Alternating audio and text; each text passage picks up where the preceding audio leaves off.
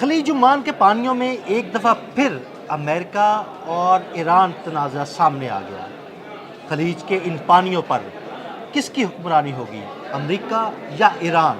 اس بارے میں عامر رضا سے بات کرتے ہیں۔ عامر بھائی، یہ تازہ ترین ایک ڈیولپمنٹ سامنے آئی ہے کہ خلیج عمان کے پانیوں میں ایک امریکی بحری جہاز اور ایک ایرانی ہیلی کاپٹر آمنے سامنے آئے اور ایک جھڑپ ہوتے ہوتے رہ گئی۔ یہ سارا معاملہ کیا ہے؟ اچھا، یہ جھڑپ ہوتے ہوتے رہ گئی، اس کو تو ایک طرف رکھتے ہیں۔ یہ جھڑپ ہونی ہے، یہ ایک جنگ کو جنم دینے والی ہے۔ یہ خلیج جو ہے، خلیج عمان، آپ کو پتہ ہے دنیا کا 40% آئل جو ہے اسی خلیج عمان سے گزرتا ہے۔ اس کے ایک طرف عمان ہے، ایک طرف ایران ہے، اور ایران اس پانیوں پر جو ہے مکمل کنٹرول رکھتا ہے۔ ایران کی جو بندرگاہیں ہیں وہاں سے چند سو ناٹیکل مائل کے اوپر جو ہے دنیا کا آپ سمجھے کہ آئل جو ہے گزرتا ہے، اور اگر یہ آئل بند ہوتا ہے تو پاکستان سمیت، پاکستان، یورپ اور رشیا، بہت سارے ممالک جو ہیں وہ شاید تیل سے، رشیا تو نہیں ہے لیکن یورپ اور پاکستان جیسے ممالک جو ہیں وہ تیل سے محروم ہو جائیں گے، اور وہاں پر آئل کی قیمتیں جو ہیں وہ آسمانوں پر چلی جائیں گی۔ ایران نے بڑی سمجھداری کا مظاہرہ کیا۔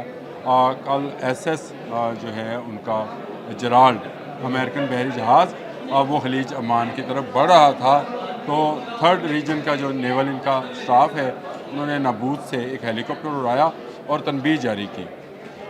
دیکھیں، امریکہ چاہتا یہ ہے کہ جس طرح وہ دنیا کی تمام اکانومی پہ قابض ہے یا اکانومی پہ قابض ہونا چاہتا ہے، ڈونلڈ ٹرمپ کی جو خالیہ وہ کہتا ہے کہ اس کو اتنا ٹیکس دینا پڑے گا، اس کو اگر امریکہ کے ساتھ، تو وہ تیل پر بھی تسلط قائم کرنا چاہتا ہے۔ تیل پر تسلط قائم کرنے کے لیے ہی ڈونلڈ ٹرمپ نے خلیجی ممالک کا دورہ کیا، سعودی عرب، قطر، بحرین، سب کے، کویت گیا، اور وہاں پر جا کر اس نے بہت ساری نمائشات کی اور بہت سارے ڈالرز کی سامان جو بیچے بھی ہیں۔ لیکن ایک ملک ایسا ہے اب بچا جو اس کی راہ میں حائل ہے، اور اللہ کا شکر ہے کہ وہ حائل ہے، نہیں تو آپ کے تمام تیل پر اسرائیلی، یہودی یا امریکن جو تھے وہ قابض ہو جاتے ہیں۔ تو یہی ایک کوشش ہے کہ خلیج عمان پر کسی نہ کسی طریقے سے کنٹرول حاصل کیا جائے۔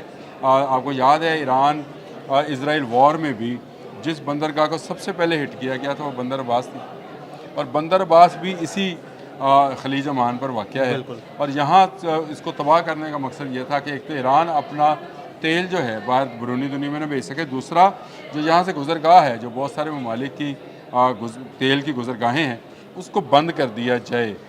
ایران اس وقت امریکی اور اسرائیلی عزائم کے سامنے ایک دیوار چین ہے، اور میں نے جان بوجھ کے دیوار چین کا لفظ استعمال کیا کیونکہ اس کے پیچھے چین ہے، اور ایران چین سے تیل کے بدلے اسلحہ خریدے۔ بالکل۔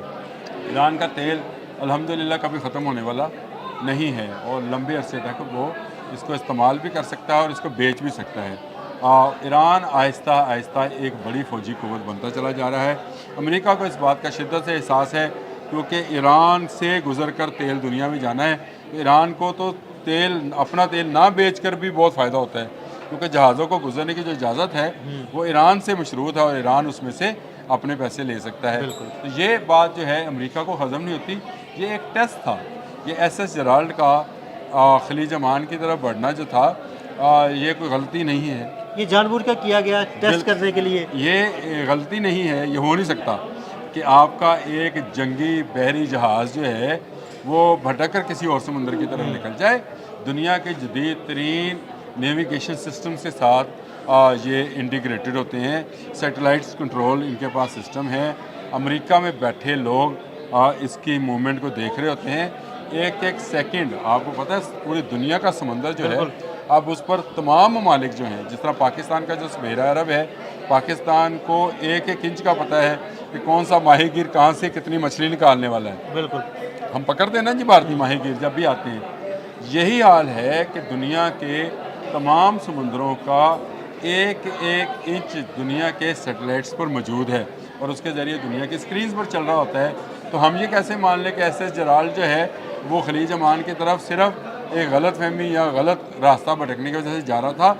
یہ ایک ایسی موو تھی جس کا اگر جواب نہ دیا جاتا تو میں سمجھتا ہوں کہ آنے والے دنوں میں آپ ایک ایس ایس جرالڈ کو کہہ رہے ہیں ایٹمی جہازوں سے لیس